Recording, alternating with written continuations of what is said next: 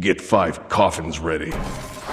Hey everyone, welcome to my guide for Cupid. Cupid is a versatile ADC in SMITE, chock full of damage and CC, along with some healing on top. Cupid is a great all-rounder, and unless he gets too far behind, he's always capable of hard carrying a match.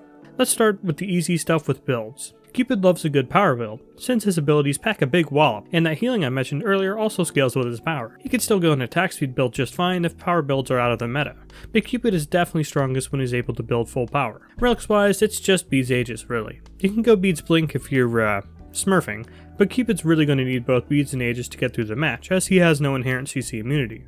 Let's keep it simple again with Cupid's passive. Cupid gains a stack for every successful basic attack on an enemy, up to 8 times, and these stacks boost all of Cupid's abilities in a variety of ways. Very descriptive, I know.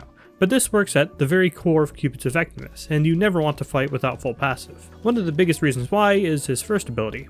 Cupid fires a small projectile that stops on the first enemy hit, stopping on walls, and slows the enemy hit. This projectile will detonate after 3 seconds in a small AoE which is persistently visible to all players as the timer ticks down, and any minions will take 60% increased damage on both the initial hit and the detonation. Alternatively, however, the projectile can be detonated by killing the target that it's stuck to, whether by Cupid's hand or another's. The bomb gets bonus damage on both the initial hit and detonation depending on how many passive stacks Cupid has. If Cupid is at full passive stacks, when the bomb detonates, it will stun all enemies in the AoE, including the enemy that was stuck to. But this ability will always reset your passive stacks to 0 regardless of whether or not you are at max stacks.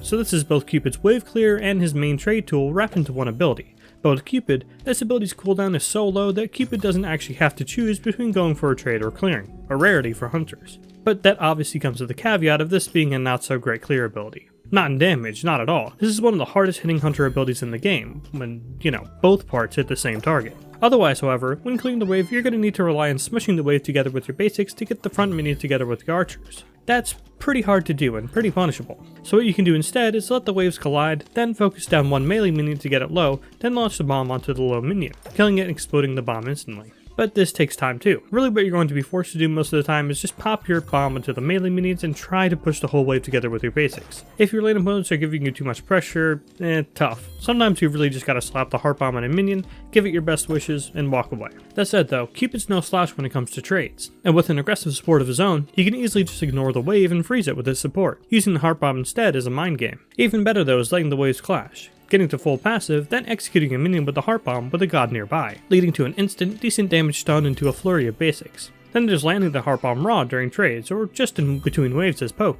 With this projectile itself, all I have to say is don't overthink it. It has about the width of a basic attack, but the speed is much faster. So other than that, at max range, you barely have to lead this ability at all.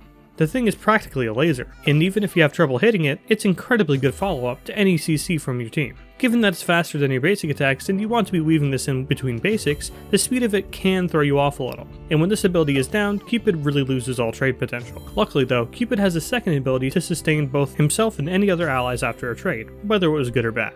Cupid drops 3 hearts in a triangle pattern, these hearts being able to be picked up by Cupid or any of his allies. If an ally picks up Cupid's hearts, he is given mana for each heart picked up, and if an ally picks up all the hearts, he more than nets back the mana he spent on this ability. Needless to say, an awesome ability for a hunter to have, especially when you and your support are on the same page. Just 2 things you need to keep in mind with this ability. You really do want to use it as often as possible, and you can do this by of course letting your support pick up the hearts so you're not losing any mana for using it again. Of course, try to get on the same page with them in that respect. Your passive does affect the amount of healing gained as well, but this time it won't cost you any passive stacks for the effect. Late game is largely the same story. If anyone, including yourself, are under 100% HP, just pop this and give your team a nice heal.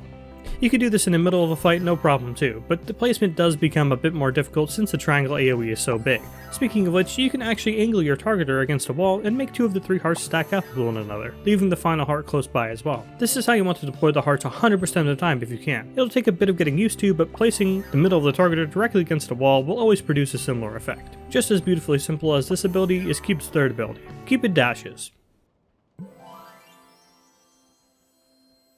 This ability is super simple, a decent range, quick dash with a bit of utility too. If any allies walk through the trail left behind after dashing, they are given move speed. It's not really something you as a Cupid player need to work around though. Typically when teams retreat, they retreat together anyways. Really all you need to worry about when using this dash is walls. The Ymir wall, the Emoja bounce, these are the sort of ranged block options you need to worry about. In the same vein, you need to be careful dashing away from guardians and warriors who have large AoE CC when you're in their face, but that does go for every dash. Try to dash early enough that they never get the chance to CC you at all. That's not all though. Once Cupid has leveled this ability, he gains passive attack speed. All the time, scaling up to 20% with levels. Not a hefty stim by any means, but it still keeps a largely early to mid-game focused hunter viable in the later stages of the game. While purely on basic attacks alone, Cupid falls behind other hunters, though the mix of this small stim and Cupid's utility in teamfights is more than enough to keep him afloat, the biggest utility of which of course comes from his ultimate.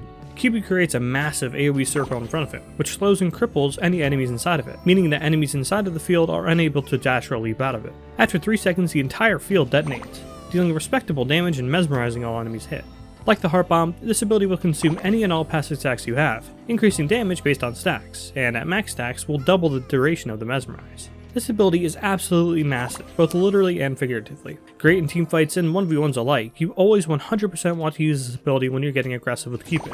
In terms of teamfighting, it's like most AoE CC abilities. You use it early on in the fight to try and burn the opponent's important abilities and or relics. And of course, anyone caught by the mesmerize becomes fish food for you and your team. There are times though when certain assassins and warriors will just non-stop harass you though, and in these late game situations, you can instead save this ultimate for yourself for some crazy good peel. Just keep in mind that while you want to use this aggressively, it works just as well as a defensive tool. Using this while laning is sort of the opposite. While you'll usually want to use this every time a fight breaks out, you usually want to use this in the middle or towards the end of the fight to lock down kills with the massive slow and damage. But the reverse works well too in lanes that are too aggressive on you. If they dash or leap on you, boom, ultimate, and they are in big trouble if they don't use their beads. It's an extremely versatile ability that everyone going against Cupid fears, so give them a reason to fear it and use it at every opportunity you can. In terms of actually aiming this, it's pretty simple. Just shoot for placing anyone you actually want to hit with it in the center, and for self-peel, put the edge directly at your feet. This again is a lot like the Heart Bomb. It fires faster than you'd expect, so you don't actually have to aim it all that well to get a good result.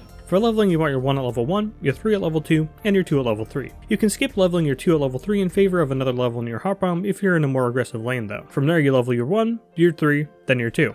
Leveling the ult whenever you can. While the heal is nice, Cupid's all about damage and maximizing your passive, so the attack speed stim in his 3 is just too good to pass up on him in favor of an inconvenient heal. Cupid is the definition of a sleeper pick. Most people tend to forget about him unless he's a top 3 hunter. I mean, come on, just look at him. But then they actually go against the little guy and get punted into next week. The Heart Bomb isn't very good wave clear, especially when 90% of hunters have a big AoE projectile that clips the entire wave with ease, and it makes Cupid pretty easy to pressure out when against a strong support. Get to level 5 with no issues though, and Cupid skyrockets into an absolute menace, able to cripple most characters and completely shut down some with just his ultimate, not to mention getting a 400 plus damage stun on their lane opponent's heads. Sprinkle a little bit of healing for your team on top of that, and you've got a great all-rounder ADC who struggles early but is inescapable in the mid and even the late game. Sure, he gets a little outpaced by the heavy late game leading gods and pure basic attack damage, but these gods often lack the mix of both utility and safety that Cupid offers, and can certainly still hold his own as a hunter in the late game. So don't judge Cupid too harshly for his lack of wave clear in the early game, because he more than makes up for it when it comes to clearing out enemy gods. That's all I have on Cupid for now.